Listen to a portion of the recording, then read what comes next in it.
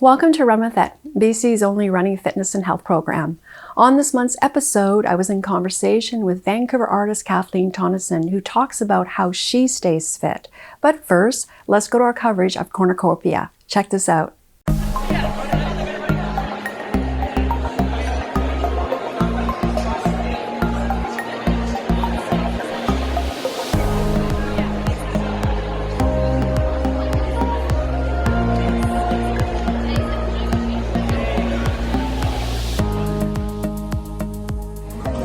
The sauna and hot tub, and that's what's really cool about it. And I did mention dog friendly, or did I not? But anyway, dog friendly. It's just an awesome place. Attention to detail is bar none. And it was really around these plant concentrates that I work with and consume myself, and it just enhances the nutritional value of the food that you're consuming, and it increases that density. And what you'll find is that I think everyone left feeling really full and wonderful and nourished, and especially here at Cornucopia, which is around a lot of wine consumption and alcoholic beverages, so this will help clear the toxins out of your body. Yeah, like last night.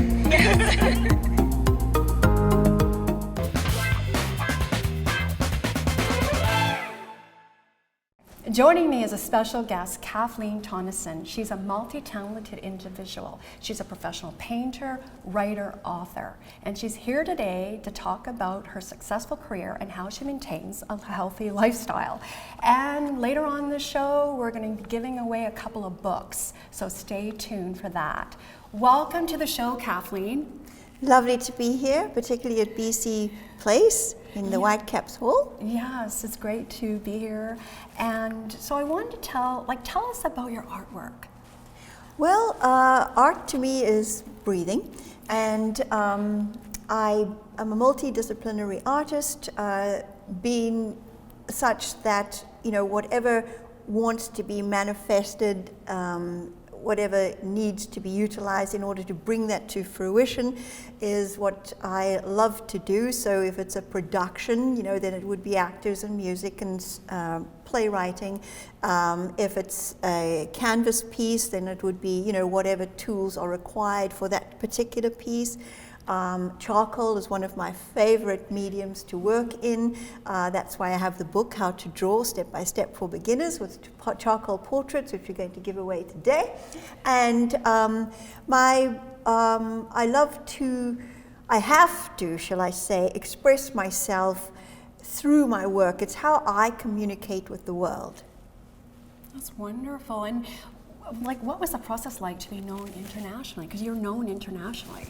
Yes, well, there's various levels of success as you're living your life as an artist, and part of growing yourself as an artist is you have to grow your name. So over time, I'm 56 this year, and over 56 years, you keep doing your art and you keep putting yourself out there. You do a lot of volunteer work. You get your name out there. And then you slowly build up a paying career where people actually paying you to create. Mm-hmm. So it is a lengthy process to become internationally recognized, but it's possible, it's doable. And if artists just keep at it, eventually they too will be international artists. And how does it feel? It's wonderful, because the broader you open up your network of people that you're interacting with, particularly with the internet these days, you can create interactions and make new friends, new colleagues in India, in Africa, and Europe, London. There's nothing stopping you. So in the past, where it was really hard for an artist to get their name bandied about in New York or in Toronto or in San Francisco, now you can. You can even if you're not a high earning artist as yet, because that really only happens when you're dead. But you can live your life as an artist, and you can reach out to others across the globe, and so it's not difficult to become an internationally known artist in this day and age, which is just kind of like a miracle for creatives. Yes, and it is like social media, right? It's so, like you mentioned. And which came first, Kathleen, your passion for painting or writing? Well, I was a creative child, so I was born and I could always draw, and painting was a technique skill of mixing paint, which is something I had to learn and practice. But I could always draw, I could always sing, dance, and act. I was just not. I got thrown into the dumb blonde bucket because I have a visual impairment, and I had that since birth, which my left eye is, it's a blind eye, it just sees large objects. So if I looked at you, I couldn't see your face, I just see the shape of you. So that was a problem for me in my schooling, but the most important thing that I wanted to share was really that I was born a creative child, but in the school system I grew up in, which was South Africa in that generation, and society at the time, you were made to feel like you were kind of stupid, and your creative talents were not recognized. They were more like, you're just, one of those creative idiots. And so, that was very disheartening as a child. And so I always drew because that's just what I do.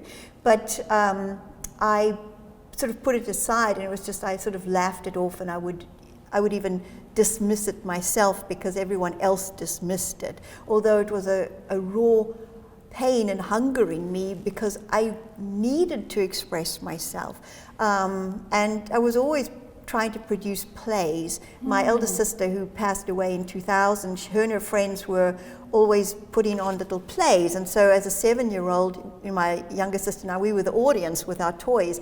And then, as I got older, I started to put on plays, and my toys were the audience. So I love theater. My first love is live theater, because you get one shot to get your audience interacting with you, and that's a magic moment, and that's a high in itself. So I love live theater, but I didn't have a lot of opportunity to do it in my life, although I did do a substantial amount.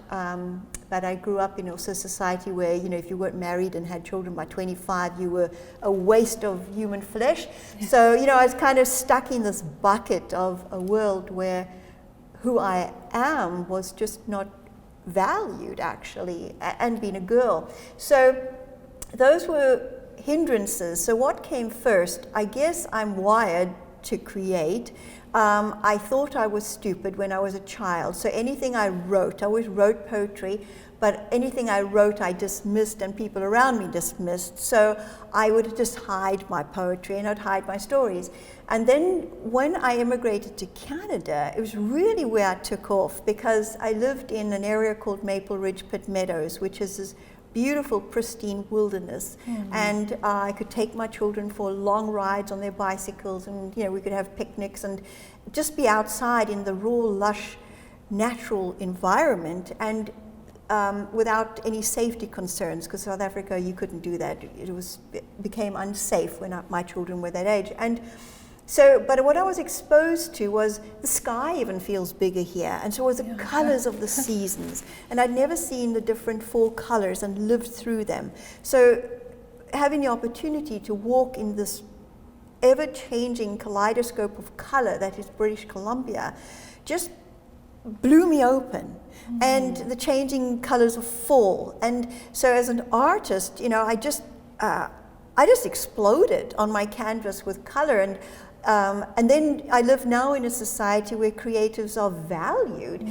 There's so many opportunities for young people to go and study all sorts of creative endeavors. It's never been a better time for creative people.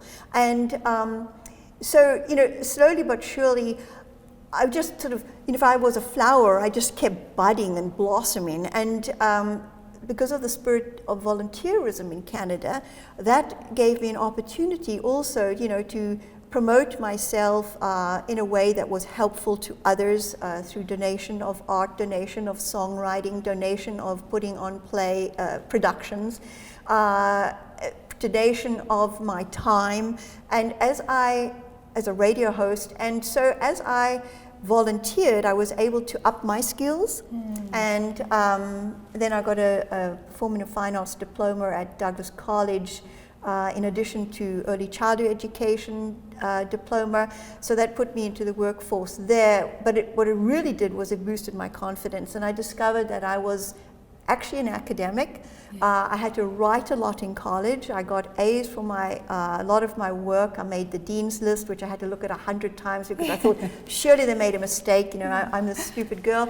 And although I'd got the opportunity through the government of Canada to go to college when I was almost 50, it just changed me as a writer. And so it gave me competence, skills, and I got good marks for my writing. So I started to allow people to read my writing. So now I have 2 poetry books actually that I've compiled as collections. The first one comes out now, and it's a giveaway, so please stay tuned. It's 2 Souls on a Moonbeam. I'm very excited about, and as my eyes are deteriorating more as I age, now I'm going on for 57, I thought, I might never find a publisher before I die. So I have all these books. Let me just self-publish and put it out there and start promoting my work. And if I can do some good through what I've written,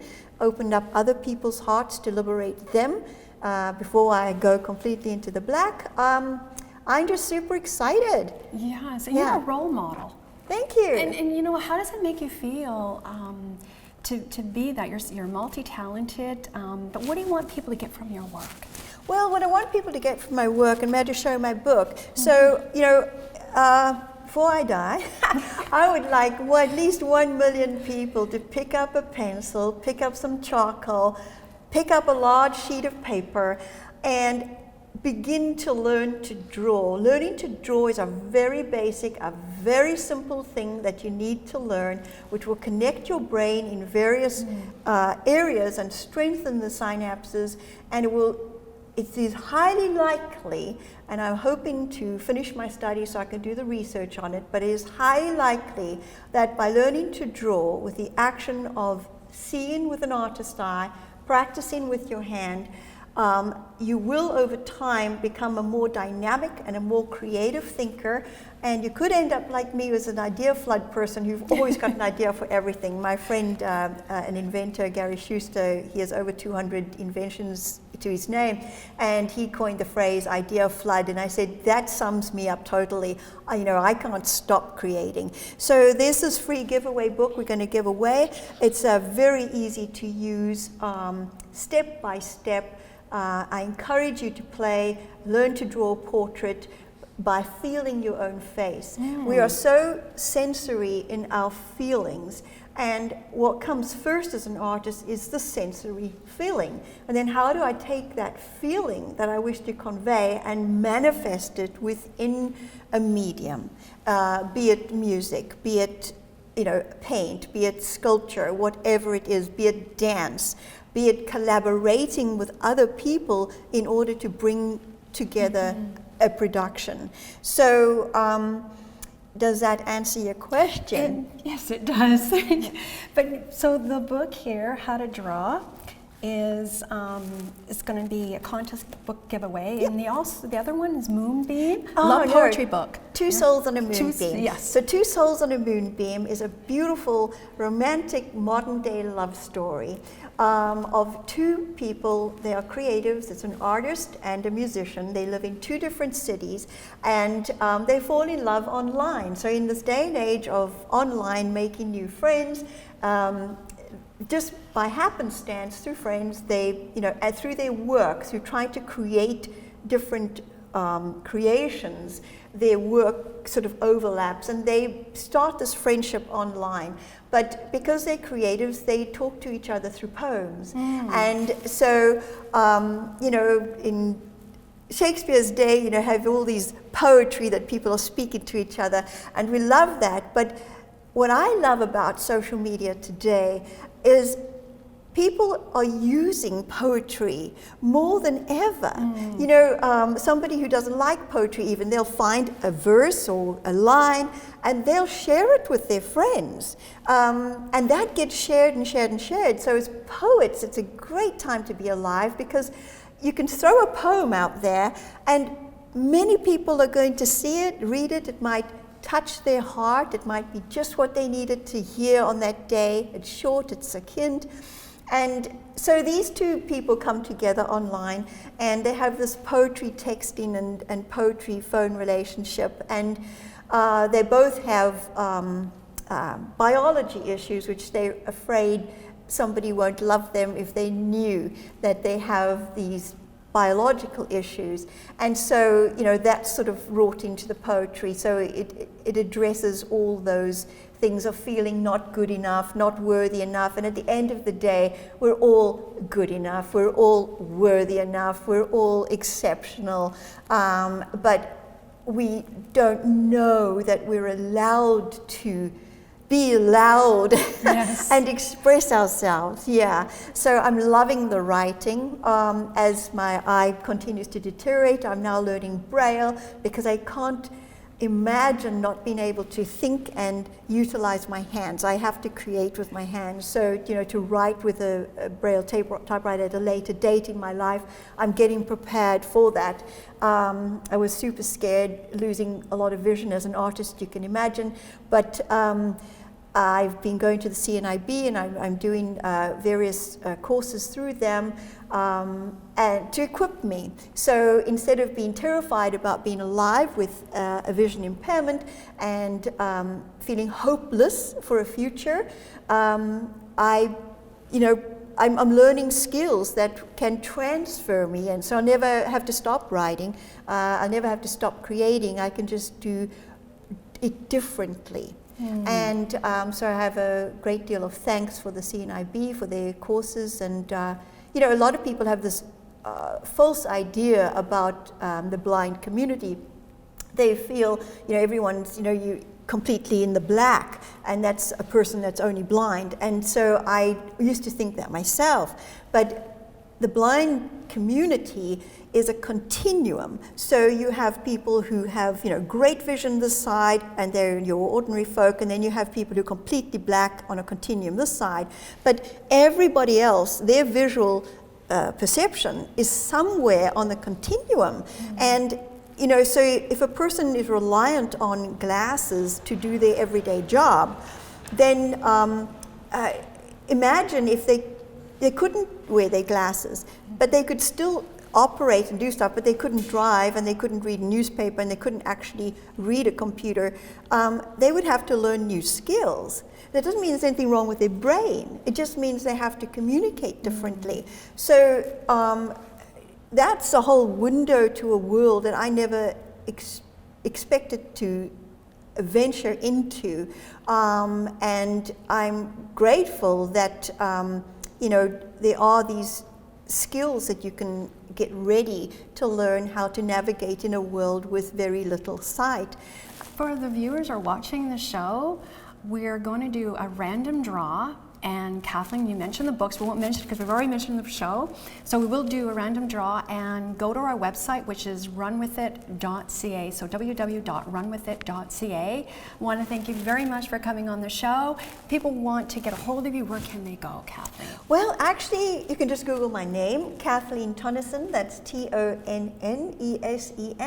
And my website will come up. There's Artwork Archive, which is my art gallery portfolio, a few examples of my work.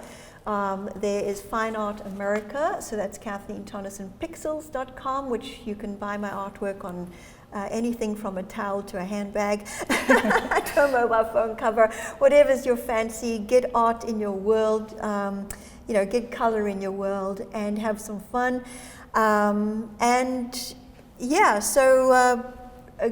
Amazon, my books are all available on Amazon, which I think is a great platform for anybody who is trying to get their work out there.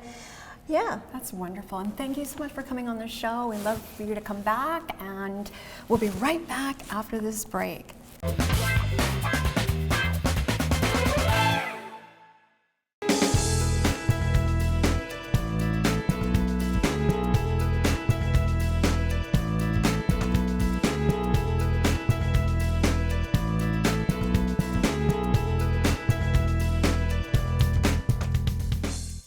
Here we are at the BC Sports Hall of Fame, and joining me on Doctor's Corner is Dr. LucasMacmillan. He's a naturopathic physician, and he's here today to ask questions, and we're doing a Q&A. Yes, I look forward to it. How exciting is that? And we're going to talk about sports supplements. Yes, big topic. What sports supplements would you recommend for someone who is a senior? Senior, yeah, so again, another population. I love the separation of different groups because we are all different. I mean, yourself and myself, we're gonna need different things even if we do the same activities. So for a senior specifically, a few of the things that are very commonly low in general would be, again, protein. B12 is quite big. As we age, our ability to break down B12 and to actually absorb it goes down. Another very cost-effective thing that people can take to feel better and to perform better.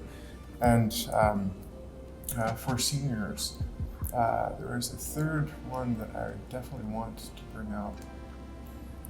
So protein intake, definitely the B12, and get your iron checked. Iron. Yeah, simply get your iron checked. I wouldn't recommend just taking it. There are some supplements that aren't really healthy to take without having a baseline level. But iron, if it's something that's low, you won't feel as good with it. So something that I would actually look into. The base of your core are your pelvic floor muscles. They attach the tailbone to the pubic bone, the two sitting bones to each other. They function like a little hammock. And then the top of the core is your diaphragm. And your diaphragm is the main muscle you use when you breathe. And your diaphragm is always moving. It's moving for us here, it's moving when we sleep, it's moving for when we run or participate in any athletic activity. The only way the diaphragm moves is to lower on an inhale, to allow the lungs to fill with air, and it lifts on an exhale. So when I teach the core breath, I start to teach a relationship between those four core muscles, so they start to function together as a team. Because when one of those muscles don't function like they should, that's when dysfunction occurs, like pelvic health issues or chronic back pain, hip pain, and pelvic pain. So it can be related to a dysfunction in one of those core muscles. So the core breath kind of unites those muscles.